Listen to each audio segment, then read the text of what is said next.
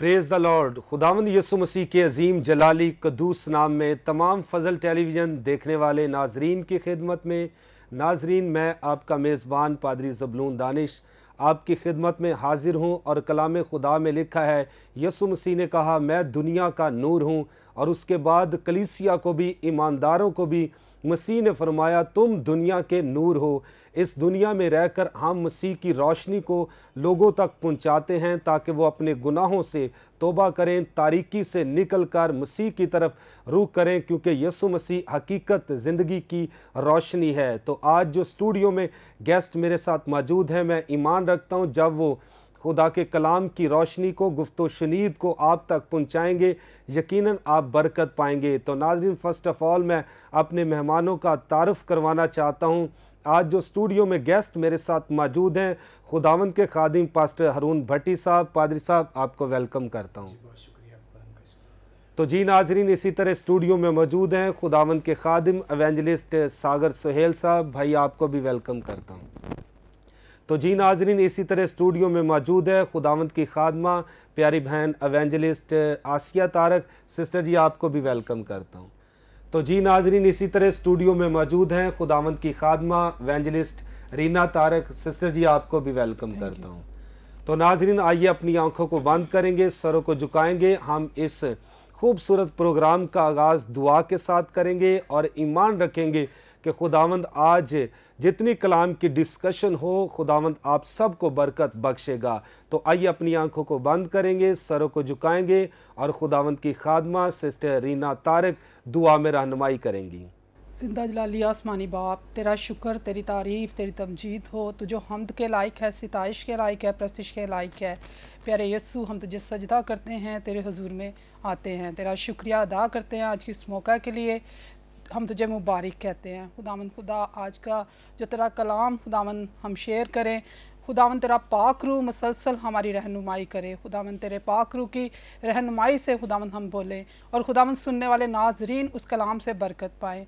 खुदावन खुदा फजल टीवी के लिए और खुदावन तेरे खादम इमरान के लिए और सिस्टर के लिए, सिस्टर महविश के लिए खुदावन, और भाई ज़बलून के लिए मैं तेरे हुजूर से बरकत चाहती हूँ। खुदावन तेरा शुक्र, तेरी तारीफ़ हो। तेरे बेटे यस्सु के नाम से मांग और पा लेती हूँ, आमीन। आमीन। Thank you very much sister ji. तो जी नाजरीन, बड़ी खूबसूरत दुआ आपके लिए की गई। मैं ईमान रखता हूँ यकीनन आपने बरकत पाई है।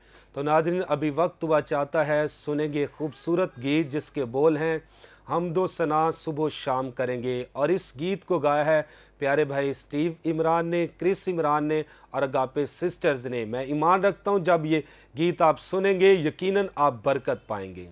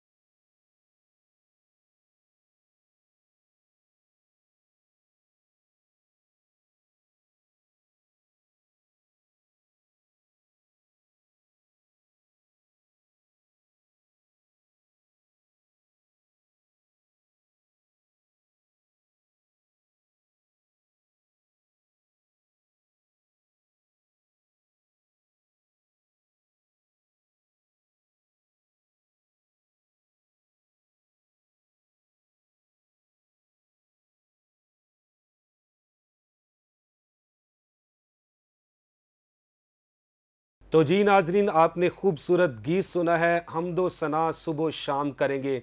हकीकत में जो हम्दो सना खुदावंद अपने खुदा की सुबह शाम करता है, खुदा उसे बरकतों पर बरकतें देता है, क्योंकि कलाम में लिखा है खुदा ने इंसान को पैदा ही इसलिए किया है कि वो उसकी हम्द करे। तो खुदा ने सुबह शाम दोपहर हमारी ज़िंदगी में रखी है ताकि हम उसके हसूर में हम्दो सना के गीत गा सकें, उसकी इबादत कर सकें और उसके नाम को इज़्ज़त और जलाल दे सके। कलाम खुदा में यस्सु के बारे में लिखा है कि वो अल्फ़ा ओमेगा इब्तदाओ इंतहा है, उसकी मानिद कोई खुदा नहीं। जब हम अपने खुदा की हम्दो सना गाते हैं, वो ज़रूर हमें बरकतों से माला माल करता है। तो नाज़रीन, आगे बढ़ेंगे।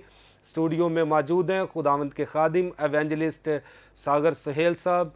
भाई, जो कुछ इस वक्त रूहुल कुद्स आपको तहरीक बख्शता है, अगर आप कोई थॉट शेयर करना चाहते हैं, अपनी गवाही शेयर करना चाहते हैं, तो मैं चाहता हूँ ज़रूर हमारे नाजरीन की हौसला अफजाई के लिए, इंकरेजमेंट के लिए आप शेयर कीजिएगा। Thank you sir. मैं नहायत शुक्रगुजार हूँ पास्टर इमरान का और सिस्टर महविश का, और जिन्होंने हमें मौका बख्शा है ताकि हम खुदावंद की गवाही दे सकें। और इस गवाही के वसीला से मेरा ईमान है कि बहुत से लोगों की ज़िंदगियाँ तब्दील होंगी। और खुदावंद का शुक्र है कि खुदावंद ने मुझे चुना है। और मेरी गवाही कुछ इस तरह से है कि जब मैं पढ़ाई मैंने अपनी कंप्लीट की तो अपने कामकाज में लगा, तो खुदावंद का शुक्र है कि मुझे मेरी दादी की दुआ थी कि खुदावंद तुझे अपने काम के लिए इस्तेमाल करेगा। तो वो जब एक टाइम आया तकरीबन 30 साल के बाद, तो खुदावंद ने मुझे इस्तेमाल किया। तो जैसे मैं खुदा के खादम मांगता था कि मुझे खुदा का कोई ऐसा खादम मिले जो खुदावंद के बारे में मुझे अच्छी अच्छी बातें बताए, ताकि जो गहरे भेद थे खुदावंद के जो मुझे नहीं था पता, तो वो मैं अक्सर दुआ किया करता। तो एक दिन ऐसा हुआ कि पास्टर हरून भट्टी साहब हमारे घर पर आए। तो इन्होंने मुझे जब बात शेयर की तो फौरी तौर पे पाकरू ने मुझे गाइड किया कि ये वही खादम है जिसे तू दुआ में हमेशा याद किया करता है, जो कहता है कि वो ऐसा ही हो।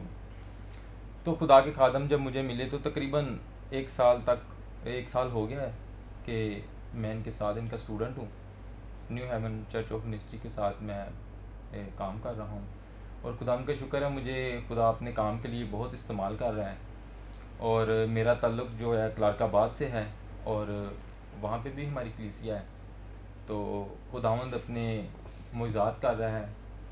तो इसके लिए मैं शुक्रगुज़ार हूँ कि मेरे बच्चे, मेरी वाइफ जो मेरे साथ मिलकर खुदावंद का काम कर रहे हैं, खुदा के खेत में काम कर रहे हैं हम।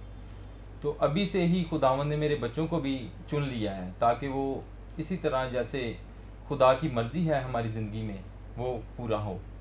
और मैं शुक्रगुज़ार हूँ कि इस काम के लिए मेरे घर वाले भी मुझे सपोर्ट करते हैं। जहाँ तक भी कोई चीज़ की ज़रूरत हो या कुछ भी हो, तो मैं ये गुजारिश करूँगा कि जो माँ बाप हैं अपने बच्चों की ऐसी परवरिश करें, अच्छे अल्फाज उनके लिए बोलें ताकि वो उनकी ज़िंदगी में पूरे हो सकें। जिस तरह के मेरे बड़ों ने मेरे लिए अल्फाज बोले, चाहे वो देर ज़रूर लगी है, मगर वो अल्फाज जो है मेरी ज़िंदगी में पूरे हुए हैं। तो खुदावंद का कलाम कहता है कि तुमने नहीं बल्कि मैंने तुम्हें चुन लिया है। तो मैं शुक्रगुज़ार हूँ कि खुदावंद ने मुझे चुना है ताकि मैं उसकी खेत में काम कर सकूँ और खुदावंद की बादशाही में दाखिल हो सकूँ, और खुदावंद इसी तरह मुझे अपने जलाल के लिए इस्तेमाल करता रहे ताकि मैं और ज़्यादा खुदा की खेत में काम कर सकूं और बहुत सी ज़िंदगियां, रूहें तब्दील हो सकें, ताकि बहुत सी जो खोई हुई बेड़े हैं खुदा के गला में मैं जमा कर सकूं। खुदावंद का शुक्र है कि मैं आज यहाँ तक अगर पहुँचा हूँ तो वो खुदा के खादम की बदौलत है, जिनकी वजह से यहाँ तक मैं पहुँच सका और मैं अपनी गवाही शेयर कर रहा हूँ पूरी दुनिया में, ताकि बहुत से लोग जो खुदा से दूर हैं, भटके हुए हैं, वो खुदा की बादशाही में दाखिल हों। क्योंकि यही वक्त है हमारा कि अगर हम खुदा को अगर कबूल करते हैं तो इसी वक्त जो जवानी का वक्त है वही खुदा को पसंद है। तो मैं आप सबका शुक्रगुज़ार हूँ खुद के खुदावंद ने इस जगह पर मुझे मौका बख्शा है ताकि मैं अपनी गवाही को शेयर करूँ और बहुत सी जो ज़िंदगियाँ खुदा से दूर हैं वो खुदा के गला में जमा हो सकें, ताकि खुदावंद की बादशाही में और उसका जलाल ज़ाहिर कर सकें। तो थैंक यू वेरी मच भाई। तो जी नाज़रीन, बड़ी खूबसूरत गवाही आपने सुनी है कि जब हम अल्फाज बोलते हैं तो हमारे अल्फाज कायम रहते हैं। खुदा ने, हम देखते हैं कलाम खुदा में यशवा की किताब में, जब मूसा की वफ़ात हो चुकी और उसके बाद यशवा क़यादत के लिए खड़ा हुआ तो खुदावंद ने उससे कहा था कि ये शरीयत की किताब तेरे मुंह से ना हटे, बल्कि दिन और रात इसी पर तेरा ध्यान रहे। शरीयत की किताब मुंह से ना हटने से मुराद है कि जब तुम मुश्किल वक्त में आए, कोई प्रॉब्लम तेरे सामने आए, वबा तेरे सामने आए, तो तू कलाम बोलना। तो हकीकत में जो गवाही खुदा के खादिम ने शेयर की है कि मेरे माँ बाप ने मेरे लिए कलाम बोला, इसलिए अपने बच्चों के लिए अच्छी बातें बोला करें, ताकि जो कुछ हम बोलते हैं वो कायम रहता है, उसका असर होता है। जब हम नेगेटिव बोलते हैं तो नेगेटिव असरात होते हैं, जब पॉजिटिव बोलते हैं पॉजिटिव असरात होते हैं।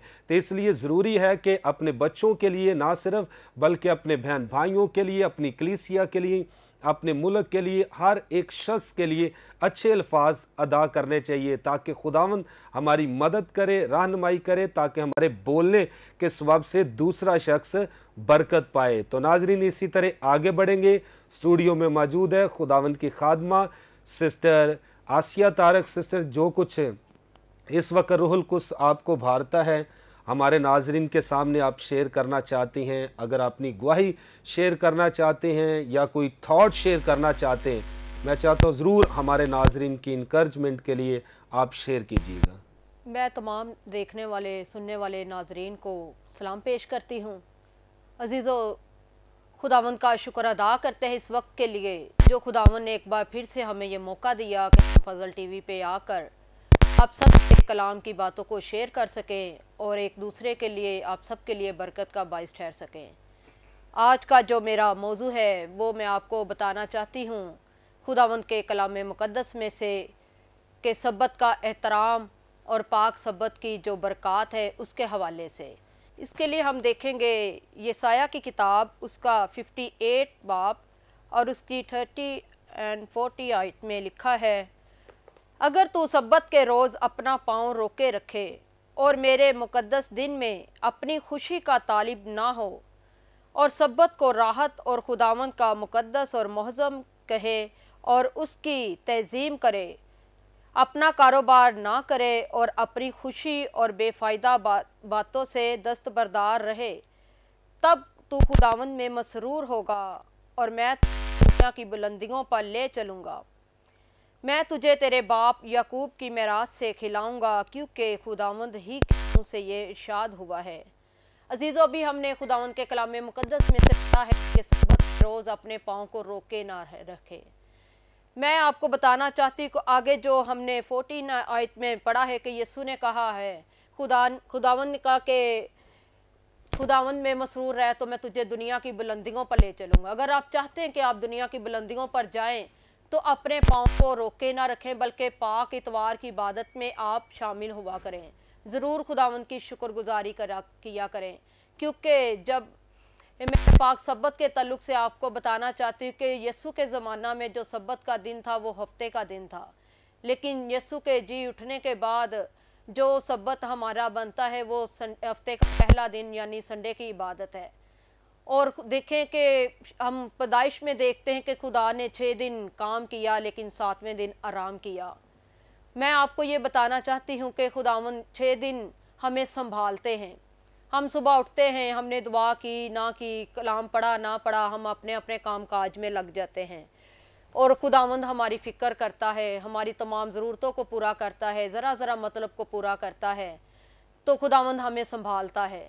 लेकिन जो 7वां दिन है ये खुदा का दिन है। हमें चाहिए कि जो 6 दिन हमने अपने लिए जिए हैं हम खुदावंद की शुक्रगुजारी करें कि खुदावंद तूने बाकी 6 दिनों में हमें संभाले रखा, आज हम तेरी शुक्रगुजारी करते हैं कि तूने हर लिहाज से हमें बरकत दी। और सब्बत के दिन की रूहानी जिस्मानी तमाम बरकतें कलाम के अंदर मौजूद हैं, क्योंकि ये बरकत ही है कि जब हम खुदावंद के कलाम पर उसके घर में जाएंगे तो खुदावंद हमें दुनिया की बुलंदियों पर ले चलेगा, जब उसे अव्वल दर्जा देंगे। और आगे आप रूहानी एतबार से जब बढ़ते चले जाएंगे तो खुदा आपको रूह की नेमतों से भरेगा, उसके बाद आपको रूह के फल अता करेगा, ताकि आप बरकत पर बरकत पाते चले जाएं। अगर आप बरकत पाना चाहते हैं तो खुदावंद के दिन का एहतराम करें और खुदावंद के दिन को अव्वल दर्जा दें, ताकि खुदावंद आपको रूहानी जिस्मानी हर लिहाज से बरकत दे। इस दिन को आम ना समझे, बल्कि इस दिन में आप अपनी खुशी के तालिब ना हों, बल्कि खुदावंद को ये दिन दें ताकि इस दिन में आप खुदावंद की शुक्रगुजारी कर सकें और उसके नाम की इबादत कर सकें, उसके नाम को ऊंचा कर सकें। खुदावंद आप सबको इस कलाम के वसीला से बहुत बरकत दे और आपके साथ हो। और मैं एक और बात कहना चाहती कि जिन लोगों की मजबूरी है कि वो संडे के रोज़ चर्च नहीं जा सकते, वो अपने काम काज में ड्यूटी में मसरूफ़ हैं, तो मैं आपसे इल्तिजा करती कि जिस दिन आपको छुट्टी हो आप वो दिन खुदावंद के साथ ज़रूर गुजारें, ताकि खुदावंद की शुक्रगुजारी कर सकें, उसकी इबादत कर सकें। आपको खुदावंद और ज़्यादा बरकत दे और ज़्यादा कसरत से इसी तरह से अपने कलाम में बढ़ने की तौफीक दे, ताकि इसी तरह से हम सब मिलकर खुदावंद की इबादत करते चले जाएं, उसके नाम को ऊंचा करते चले जाएं।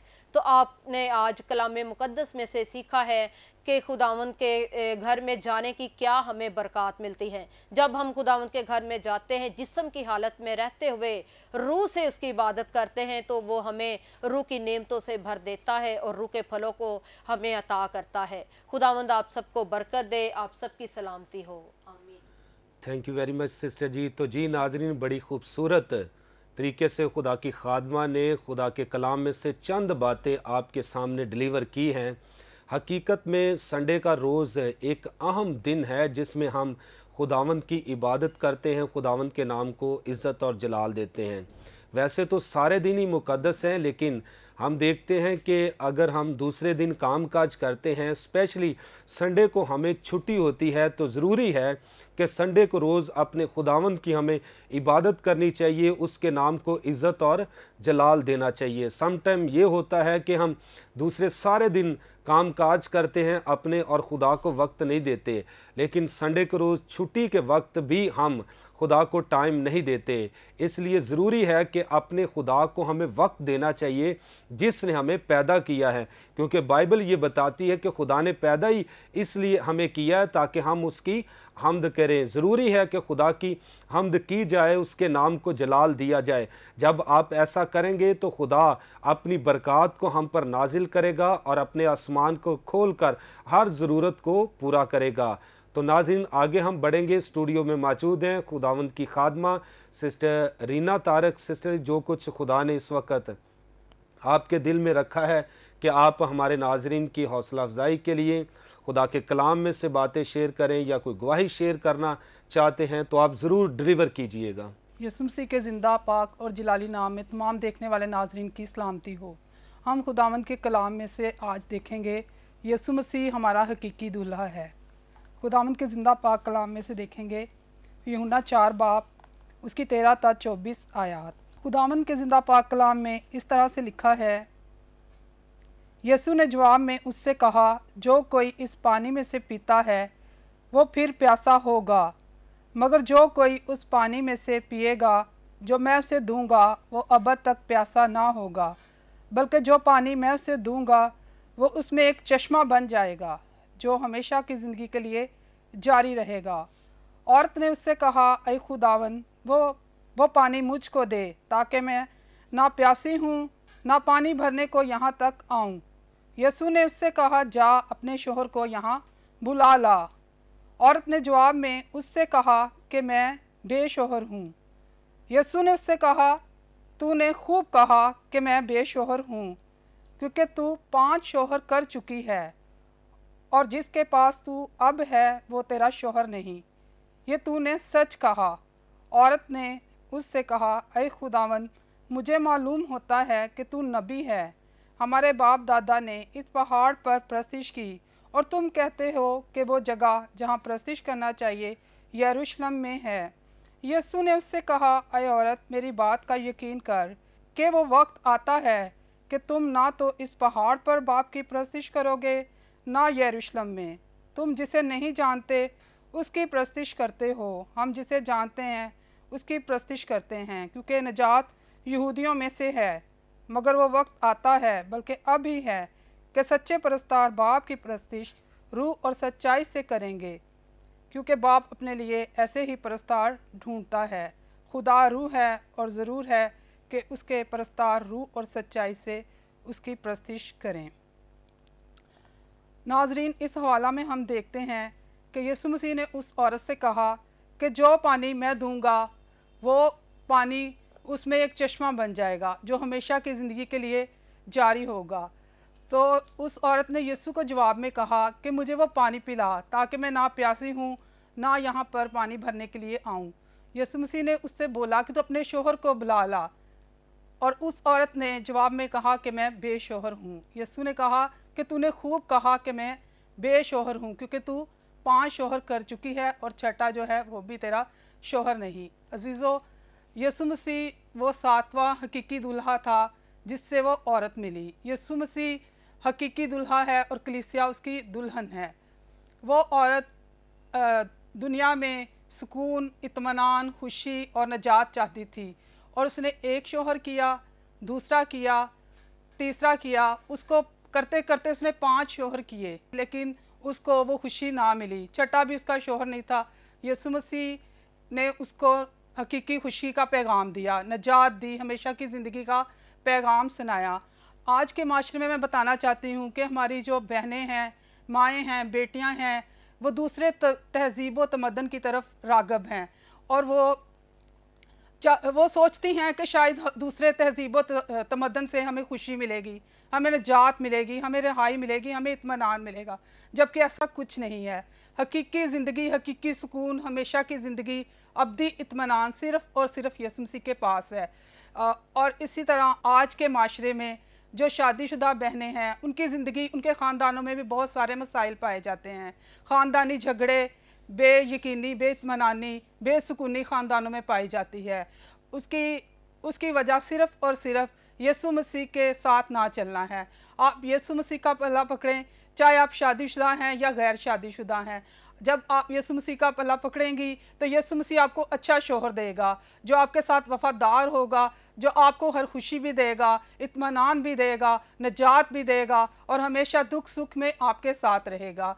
हमेशा की ज़िंदगी यीशु मसीह के पास है। जब आप यीशु का पल्ला पकड़ेंगी तो दुनिया में आपको सब कुछ मिल जाएगा, क्योंकि यीशु मसीह ने कहा कि राह, हक और ज़िंदगी मैं हूँ। जो यीशु मसीह के पास आता है हमेशा की ज़िंदगी वो पाता है, और यीशु मसीह हकीकी जो है वो निजात दहिंदा है। यीशु मसीह ने कहा कि वो वक्त आता है कि सच्चे परस्तार बाप की प्रस्तिश रूह और सच्चाई से करेंगे।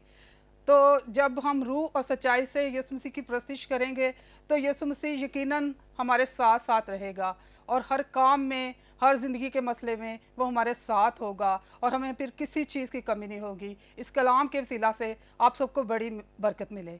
थैंक यू जी। तो जी नाजरीन, बड़ा खूबसूरत थॉट खुदा की खादमा ने आप तक पेश किया है। सामरी औरत की भी बात की है, तो हकीकत में कलाम ये बयान करता है कि खुदावन ने एक मर्द के लिए एक बीवी का ही इंतज़ाम किया है। तो बाइबल मुकद्दस बताती है कि अगर आप शादीशुदा होकर किसी दूसरी औरत से, या एक मर्द किसी दूसरी औरत से, औरत किसी शोहर से ताल्लुक़ रखती है तो वो ज़िना करती है। सम टाइम ऐसा होता है कि इब्लीस हमें घेर लेता है और हम गुनाह करते जाते हैं, लेकिन खुदा के हसूर में याद रखें, बाइबल ये बताती है कि एक दिन अदालत का भी मुकर्रर है। अगर खुदा ने आपको अच्छी बीवी दी है, उसकी शुक्रगुजारी कीजिए और उसी के साथ ज़िंदगी का हिस्सा आप गुजारें। तो अगर कोई शख्स इस तरह की हरकतों सकनात करता है, गो वो ईमानदार है, गो वो पास्टर है, गो वो एल्डर है, गो वो खादिम है, कुछ भी क्यों ना हो, लेकिन खुदा उसके गुनाह की उसे सज़ा ज़बरदस्त देगा। उसे कटहरे में खड़ा किया जाएगा और उसे वहाँ फेंका जाएगा जहाँ आग और गंधक की झील है। इसलिए खुदा ने एक आदम और एक उसके साथ बीवी बनाई थी। इसलिए ज़रूरी है, अगर आप खिदमत करते हैं कि आपकी ज़िंदगी में ऐसा गुनाह है कि आप खिदमत भी करते जाते हैं और गुनाह को भी साथ साथ लेकर चल रहे हैं, लेकिन वो आपकी खिदमत बेकार है, बेफ़ायदा है, खुदा के हजूर में उसका कोई अजर आपको नहीं मिलने वाला। इसलिए ज़रूरी है कि अगर ऐसा गुनाह आपकी ज़िंदगी के अंदर है तो अपने गुनाहों से तौबा कीजिए और यस्सु को शख्सी निजात दहिंदा कबूल कीजिए और जो बीवी खुदा ने आपको अता की है उसके साथ वक्त गुजारें तो खुदावंद आपको बरकत देगा। तो नाजरीन, अभी वक्त हुआ चाहता है, लेंगे एक शॉर्ट ब्रेक, मिलते हैं ब्रेक के बाद।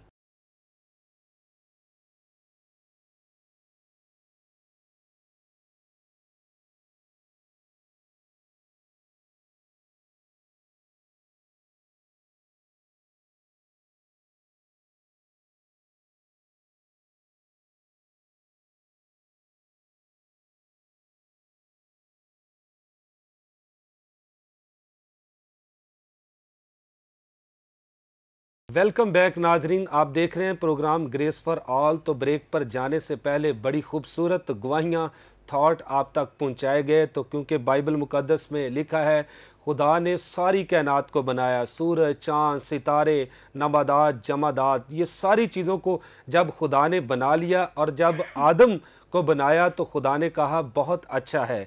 इसलिए आप सब अच्छे हैं। खुदा ने आपको मर्द या औरत बनाया, इसमें कोई फ़र्क नहीं। खुदा की नज़र में मर्द की भी उतनी हैसियत है और औरत का भी उतना ही स्टेटस है। इसलिए ज़रूरी है कि अपने आप को खुदावंद के सामने पेश किया करें।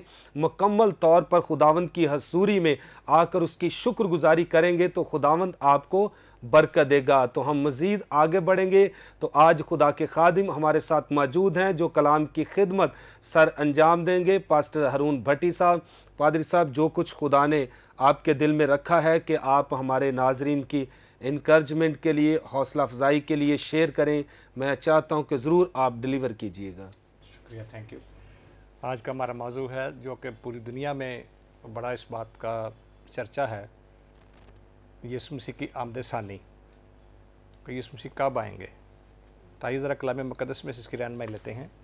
मेरे साथ निकालिएगा मुक़द्दस मत्ती की अंजील और उसका बाब नंबर 24 आयत नंबर 29 में लिखा है, और फ़ौरन उन दिनों की मुसीबत के बाद सूरज तारीक हो जाएगा, चाँद अपनी रोशनी देगा और सितारे आसमान से गिरेंगे, आसमानों की कुर्तें हिलाई जाएंगी, और उस वक़्त इब्ने आदम का निशान आसमान पर दिखाई देगा, और उस वक़्त ज़मीन की सब कौमें छाती पीटेंगी और इब्ने आदम को बड़ी कुदरत और जलाल के साथ आसमान के बादलों पर आते देखेंगे, और वह नरसिंगे की बड़ी आवाज़ के साथ अपने फरिश्तों को भेजेगा और उसके बरगज़ीदों को चारों तरफ से आसमान के इस किनारे से उस किनारे तक जमा करेंगे। आमीन। मेरे अजीज़ प्यारे बहनों भाइयों, खुदावंद यीशु मसीह जब ज़मीन पर थे और जब वो उस बड़े मिशन को पूरा करना जा रहे थे, मसलूब होने के लिए, अपने आप कुर्बान करने के लिए, तो उन्होंने आइंदा का प्रोग्राम उसी वक्त बता दिया कि मैं दोबारा आऊँगा। और दोबारा आने के लिए उन्होंने एक पैक्ट, ख़ास किस्म की निशानियाँ दी ताकि गैर ईमानदार और कौमें जो हैं वो जाने कि उनके बाद क्या होगा।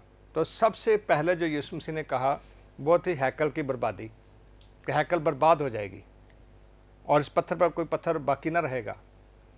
और ये सबसे पहला था कि हैकल का बर्बाद होना, जो एक मक़दस और एक ऐसा मरकज़ी हैसियत थी पूरी दुनिया के अंदर कि उस जैसी इमारत दुनिया में कोई नहीं थी, बेशकीमत और बड़ी खूबसूरत और खुदा का मक़दस। लेकिन यीशु मसीह जो हमारी हकीकी हैकल है, वो जब दुनिया में आया तो उसने सबसे पहले उसको कहा कि वो उसकी हैकल की ज़रूरत नहीं की, इस पत्थर कोई बाकी न रहेगा। दूसरी निशानी बताई यरूशलेम की बर्बादी। तो यरूशलेम जो था वो यीशु मसीह के आसमान पर उठाए जाने के सन 70 में रोमियों ने हमला किया और यरूशलेम को तबाह बर्बाद कर दिया। जैसा खुद हमने कहा था कि तुम्हारा घर तुम्हारा वैन छोड़ता है, और फिर कि यरूशलेम गैर कौमों से पमाल होता रहेगा जब तक कौमों की मियाद पूरी ना हो जाए। सबसे पहले हैकल, दूसरा आ गया यरूशलेम, और तीसरा है कि जो यहूदी थे वो पूरी दुनिया के अंदर परागंदा किए जाएंगे, हर मुल्क में भेजे गए और उनके मुल्क के ऊपर हर कौमों ने आके हुकूमत की। और ये वो चीज़ें थीं जो खुद हम यीशु ने कहा कि तुम्हारे लिए एक निशान होगा कि मैं आऊँगा, और वो दर्जा ब दर्जा वक्त ब वक्त पूरा हुआ। अब आगे चल कर जब खुदा यीशु जब आसमान पर उठाए जाने को थे तो उस वक्त रसूल ने पूछा कि खुदावंद क्या तू इसी वक्त आसमान के बादशाही अता करेगा, इसराइल को बादशाही अता करेगा? तो खुदावंद यीशु ने कहा कि वक्तों घड़ियों का जानना बाप का काम है और ये तुम्हारा काम नहीं। और वो वक्त घड़ियाँ पूरी हुई और खुदा के उस प्रोग्राम के नाम यीशु मसीह की उस जो आमद सानी का हिस्सा था यरूशलेम की बहाली, जो पुराने यादनामा में बार बार कहा गया और फिर नया यादनामा में यीशु मसीह ने फरमाया, वो पूरी हुई। 1948 में इसराइल का वजूद आ गया और 1966 में यरूशलेम दारुलहुकूमत बना। तो ये सारी चीज़ें जो हैं खुदा यीशु मसीह की आमद सानी की हैं। और इसके दौरान में दुनिया के अंदर बड़े बड़े अजीब काम, बड़े बड़े निशान, जैसे कि पिछले अभी हमने गुजारा है कि पूरी दुनिया के अंदर एक अजीब वाक़या हुआ। वो ये था कि पूरी दुनिया जो है वो लॉकडाउन हो गई कोरोना की वजह से। और ये वो अजीब काम और निशान था यीशु मसीह के आने का। और भी बड़े बड़े काम हुए और ये सारी चीज़ें जो हैं खुदा यीशु मसीह के उस बड़ी नबूवत के मुताबिक जिन्होंने कहा था कि कौम पर कौम सर ने चढ़ाई करी, काल पड़ेंगे वो बाह होंगी। तो आज जो दुनिया में सबसे ज़्यादा काल है वो ये है कि महंगाई ज़्यादा है, आमदन कम है। तो ये काल की बातें, ये सारी चीज़ें जो थी वो खुदा यीशु मसीह ने कहा। और इसलिए उनका आने का वक़्त जो है वो बिल्कुल करीब है। उनकी सारी निशानियां जो बाइबल मुक़द्दस में चारों जिलों में और नए यादनामा में पूरी की हैं, पुराने यादनामा में की हैं, वो सारी दर्जा बदर्जा पूरी हो रही हैं। जब ये सारी चीज़ें पूरी हो रही हैं तो साथ साथ यीशु मसीह ने कहा कि कौन से वक्त में आएगा, जब यीशु मसीह ने फरमाया कि चोर जैसे चोर आता है रात को, तो रात को चोर जो आता है वो पिछले पैर में आता है जब बिल्कुल गहरी नींद होती है और अंधेरा होता है, रात होती है, तो चोर आता है। बिल्कुल सब दुनिया में होगा, गुनाह का अरूज होगा और फिर हर कोई अपनी सिमत में होगा कि मैं दुरुस्त हूँ और यीशु मसीह आ जाएंगे। और उसके लिए कि क्या तैयारी होगी, तो खुदा का कलाम क्या फरमाता है कि बस तुम होशियार और बेदार रहो, तुम्हारी कमरें बंदी रहें और तुम्हारे चिराग जलते रहें और तुम उस वक्त नहीं जाता है जब मालिक आ जाएगा। तो होशियार और बेदार होना, ताकि हम हर वक्त जागते और दुआ करते रहें। और सबसे अच्छा खुदा यीशु ने कहा कि देख मैं जल्द आने वाला हूँ। जो मकाशवाद उसका 22 बाब ने कहा कि देख मैं जल्द आने वाला हूँ, मैं अव्वल मैं आखिर हूँ, मैं इब्तिदा मैं इंतहा हूँ। और मुबारक हैं वो जो अपने जामिद होते हैं, वो ज़िंदगी के दरख्त पासान के अख्तियार पाएंगे और उन दरवाज़ शहर में दाखिल होंगे। मगर कुत्ते, जादूगर, हरामकार, बुत परस्त, हर एक झूठी बात करने वाला और पसंद करने वाला बाहर रहेगा। तो आज जो हमारे लिए सबसे अच्छा मौका है इस ज़माने के अंदर, जबकि पूरी दुनिया में हफरा तफरी, जंग व जदल और माशी बदहाली है, तो इसमें सबसे अच्छा जो हमारा सहारा है वो यीशु मसीह है कि हम सब तौबा करें और निजात पाएँ। क्योंकि हालात जिधर भी जाएं, क्योंकि इसके बाद अभी मुसीबतों का दौर जो खुदा यीशु ने वो आने वाला है, वो अनकरीब है। जो मुसीबतों का दौर वो भी अनकरीब है, कुछ कट गई हैं, कुछ आने वाली हैं। तो मुसीबतों का दौर भी आने वाला है, लेकिन कौन उसमें महफूज रहेगा? वही जो तौबा करेगा, जो यीशु मसीह के साथ होगा, जो दुआ में मशहूर रहेगा, जो पाक रूह की हदायत में चलेगा। और इसके लिए खुदा यीशु मसीह ने एक बड़ी प्यारी तमसील दी 10 कंवारियों की। 10 कंवारियाँ वो 10 कलीसियाएँ दुनिया में जो खुदा का इंतज़ार करती हैं। कौन सी होशियार, कौन सी सुस्त हैं, जिनके कुपियों में, जिनके अंदर पाकरू काम करता है वो होशियार हैं। जिनकी ज़िंदगी में पाकरू काम उतना नहीं करता, उनके साथ साथ उनके अंदर काम नहीं करता, वो सुस्त है। तो लाजम है कि हम सब जो हैं वो उस तेल से यानी पाकरू से मुलब्बस होंगे। यीशु मसीह जब भी आ जाएं तो फिर क्या होगा, हम उसके साथ आसमान पर चले जाएंगे। तो आज जो वक्त है दुनिया के अंदर और हमारे मुल्क के अंदर खुसूसन, वो ये है कि बेदारी का वक्त है, होशियारी का वक्त है और उठने का वक्त है। इसलिए कलाम फरमाता है कि आज सोने वाले जाग और मुर्दों में से जी उठ, तो मसीह का नूर तुझ पर चमकेगा। बस गौर से देखो किस तरह चलते हो, न दानों की तरह नहीं बल्कि दनाओं की मानो चलो, और वक्त को गनीमत जानो क्योंकि दिन बुरे हैं और ये बुरे दिन जा रहे हैं। और इसमें हमने बेदार होना है, इसमें हमने अपने आप को खुदा का ताबे करना है, तौबा करनी है, निजात पानी है, ताकि हम दुनिया के साथ हलाक ना हो। खुदा दुख दे के तरबियत करता है, कलाम फरमाता है, ताकि हम दुनिया के साथ हलाक हों। अगर आपकी ज़िंदगी में कोई माली परेशानी या कोई बीमारी आती है तो आपकी तरबियत के लिए है। खुदा उसमें से निकाल लेता है, खुदा उसमें से बहाल करता है, अगर आप खुदा के पास चलते हैं, खुदा के साथ साथ चलते हैं। और आज हमारी सबसे बड़ी तसल्ली है, यीशु मसीह ने खबरदार तुम्हारा दिल न घबराए, मैं दुनिया के आखिर तक तुम्हारे साथ रहूँगा। वो हमेशा हमारे साथ रहे। उसने जिसने फरमाया कि यहाँ 2 या 3 मेरे नाम से इकट्ठे होंगे, मैं उनके दरमियान में मौजूद हूँगा। हमारे साथ मौजूद है, वो ज़िंदा खुदा है, हमारे साथ चलता है। वक्त सिर्फ ये है और सोचने का तमाम वक्त ये है कि हम अपने को होशियार और बेदार कर लें, क्योंकि बहुत जल्द इस दुनिया का खात्मा होने वाला है। हर चीज़ों का खात्मा होने वाला है। मुक़द्दस पतरस में खात्मा होता है, हर चीज़ का खात्मा जल्द होने वाला है। और बात लोग कहते हैं, पत्र खत्म लिखा है, उसके आने का वादा कहाँ गया? जब से खलकत बनी हम ये सुनता है कि यीशु आ रहा है, आगे जाकर खुदा कलाम फरमाता है पत्र खत्म में कि वो तुम्हारे बारे में तहम्मुल करता है, वो किसी की लाकर नहीं चाहता, बल्कि चाहता सब की क्या हो जी तौबा तक नौबत पहुँचे। तो खुदा चाहता है कि सब की तौबत में पहुँचे, ताकि हलाक ना हों, जहन्नम में न जाएँ। सबसे आखिर में कहूँगा, खुदा ने दुनिया से ऐसी मोहब्बत रखी कि उसने अपना इकलौता बेटा बख्श दिया, ताकि जो कुछ पर ईमान लाए हलाक न हो, बल्कि हमेशा की ज़िंदगी पाए। जिसका मतलब है कि वो जहन्नम में न जाए, बल्कि जन्नत में जाए। आज वक्त है कि हम अपने आप को फिर से बेदार कर लें, और हमारे वसीले से दूसरे लोग भी जो हैं वो बचेंगे। अगर हम आज अपने आप को बेदार कर लेते हैं, तो फिर दूसरे भी हमारी वजह से बच जाएंगे। कलाम फरमाता है, उन सब को जो आग में पड़ने का झपट कर निकालो।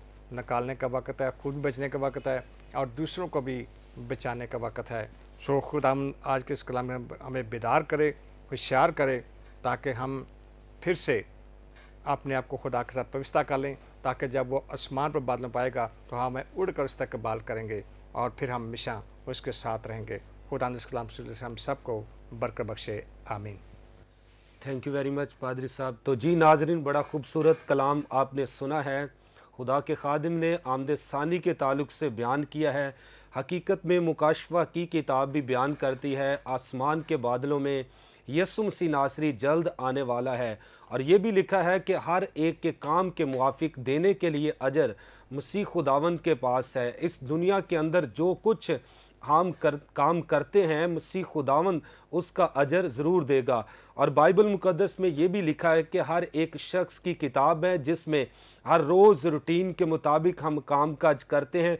जो कुछ करते हैं वो हमारी किताब में लिखा जाता है, और उस किताब को खोला जाएगा, और जो कुछ हमने काम किए होंगे और उसके मुताबिक हमारा इंसाफ किया जाएगा। अच्छा है कि इस दुनिया में रहकर खुदा के खादिम ने बड़ा खूबसूरत मैसेज आप तक पहुंचाया है कि हमें खुदा के कलाम के मुताबिक ज़िंदगी बसर करने की ज़रूरत है, क्योंकि आसमान के बादलों पर यीशु जल्द आने वाला है। जो अच्छी ज़िंदगी बसर करेंगे, पाक ज़िंदगी बसर करेंगे, गुनाह से मुबर्रा ज़िंदगी बसर करेंगे, वो खुदा की बादशाही में दाखिल होंगे, जिसे बाइबल मुक़द्दस फिरदौस कहती है। अगर आप चाहते हैं कि आप फिरदौस में, जन्नत में दाखिल हों, तो फिर यीशु मसीह को कबूल करें और एक खूबसूरत और अच्छी ज़िंदगी ज़मीन पर भी बसर करें, और आसमान पर भी अब्दी ज़िंदगी के आप वारिस बन जाएंगे। हम पीटर को देखते हैं कलाम खुदा में, वो मसीह को कहता है, हम तेरे पीछे तो हो लिए हैं, तो हमें क्या मिलेगा? यीशु मसीह ने कहा, ज़मीन पर 100 गुना और आसमान पर हमेशा की ज़िंदगी। इसलिए ज़रूरी है, अगर ज़मीन पर भी एक खूबसूरत, ज़बरदस्त और कामयाब ज़िंदगी बसर करना चाहते हैं, तो मसीह के पीछे हो लें, तो खुदावंद आपको बरकत देगा। मैं ईमान रखता हूँ कि इस खूबसूरत कलाम के बाइस यकीनन आपने बरकत पाई है। तो नाज़रीन, अभी वक्त हुआ चाहता है, सुनेंगे एक खूबसूरत गीत।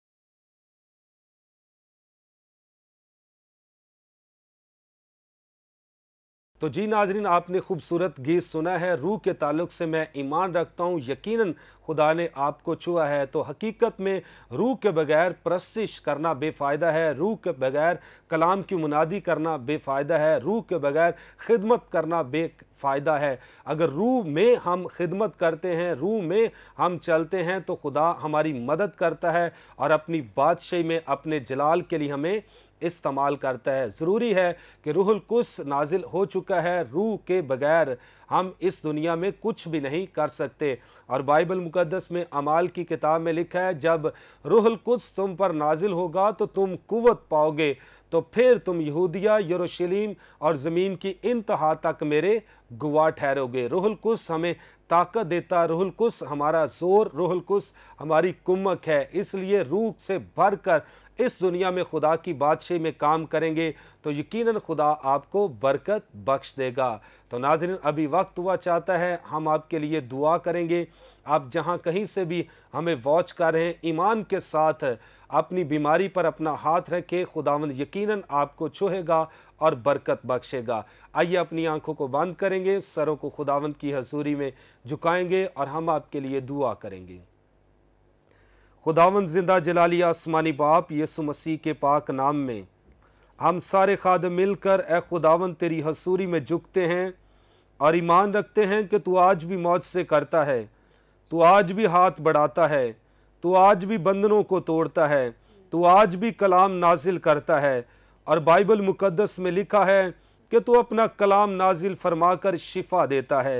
ए खुदाए कदूस, जितने लोग इस वक्त बीमार हैं, जिन्होंने अपनी बीमारियों पर हाथ रखे हुए हैं, खुदा बाप बॉडी के अंदर दर्दें हैं, बॉडी के अंदर हर किस्म के ए खुदावन जरासीम हैं, किसी किस्म का कैंसर है, हेपेटाइटिस है, शुगर है, ब्लड प्रेशर है, तो हम यस्सु के पाक नाम से हुक्म देते हैं कि ए खुदावन सारी बीमारियां ख़त्म हो जाएं। अगर किसी की बॉडी के अंदर रसौलियां हैं तो यस्सु के नाम से रसौलियां जाएं। और ए खुदावंद, अगर कोई बे औलाद है, औलाद जैसी नेमत से माला माल कर, ताकि यस्सु नाम इज़्ज़त और जलाल पाए। ए खुदावंद, जिन्होंने अभी तक अपने गुनाहों से तौबा नहीं की, मैं तेरी मिन्नत करता हूँ कि वह अपने गुनाहों से तौबा करें, यस्सु को कबूल करें और तेरे साथ ज़िंदगी बसर करें और यस्सु नाम इज़्ज़त और जलाल पाए। इसी तरह दुआ करते हैं खुदावंद तेरे खादिम पास्टर इमरान फजल के लिए, अपनी प्यारी बहन सिस्टर महविश इमरान के लिए। खुदावंद रूहुल कुद्स की कुदरत उन दोनों को छुए और ज़्यादा अपने जलाल के लिए अपनी बादशाही में अपने बेटे अपनी बेटी को इस्तेमाल कर, ताकि इसी तरह तेरे काम में ए खुदावंद बढ़ते चले जाएं और यस्सु नाम इज़्ज़त और जलाल पाए। ए खुदाए कदूस, अपने वतन अजीज़ के लिए भी हम सारे मिलकर दुआ करते हैं। हमारे मुल्क पाकिस्तान पर तेरी बरकत ठहर जाए, रूहुल कुद्स पाकिस्तान पर नाजिल हो, वज़ीर आज़म को बरकत दे, वज़ीर आला को बरकत दे, अदलिया पर तेरी बरकत चाहते हैं, पाक फ़ौज पर तेरी बरकत चाहते हैं, तमाम इंटेलिजेंस इदारों पर तेरी बरकत चाहते हैं। और ए खुदा, मुल्क पाकिस्तान का हर एक शहरी, हर एक बासी बरकत पाए और जितने दुनिया में हमें वॉच कर रहे हैं, तमाम ईमानदारों पर तेरी बरकत ठहर जाए। अपना आसमान खोल और यस्सु नाम ए खुदावंद इनकी ज़िंदगियों में इज़्ज़त और जलाल पाएगा। हम ईमान रखते हैं तूने हमारी दुआओं को सुना और कबूल फरमाया है, यीशु मसीह के नाम में। तो जी नाजरीन, हमने आपके लिए दुआ की है। हम ईमान रखते हैं कि यकीनन खुदा ने आपकी ज़िंदगी में काम किया है, आपको छुआ है, आप अपने मौजज़े को आपने हासिल किया है। आप ज़रूर फीडबैक देंगे, आपके अच्छे फीडबैक के लिए हम शुक्रगुजारी करते हैं। आप ज़रूर गवाही शेयर करेंगे और खुदावंद के नाम को इज़्ज़त और जलाल मिलेगा। तो नाजरीन, अभी वक्त ख़त्म हुआ चाहता है, लेंगे आपसे इजाज़त। तो पादरी साहब, थैंक यू वेरी मच। आपने बड़ा खूबसूरत आमद सानी के ताल्लुक़ से कलाम हमारे नाजरीन के सामने डिलीवर किया। मेरी दुआ है कि खुदावंद आपको बरकत दे। इसी तरह प्यारे भाई सागर, आपका भी शुक्रिया अदा करता हूँ। इसी तरह सिस्टर आसिया, आपका भी शुक्रिया अदा करता हूँ। सिस्टर रीना, आपका भी शुक्रिया अदा करता हूँ। मेरी दुआ है कि खुदा और ज़्यादा अपने जलाल के लिए आपको इस्तेमाल करे। तो जी नाजरीन, अपना ख्याल रखिएगा। फिर मिलेंगे नए मेहमानों के साथ, नई कलाम की खूबसूरत बातों के साथ। God bless you all. Pakistan जिंदाबाद।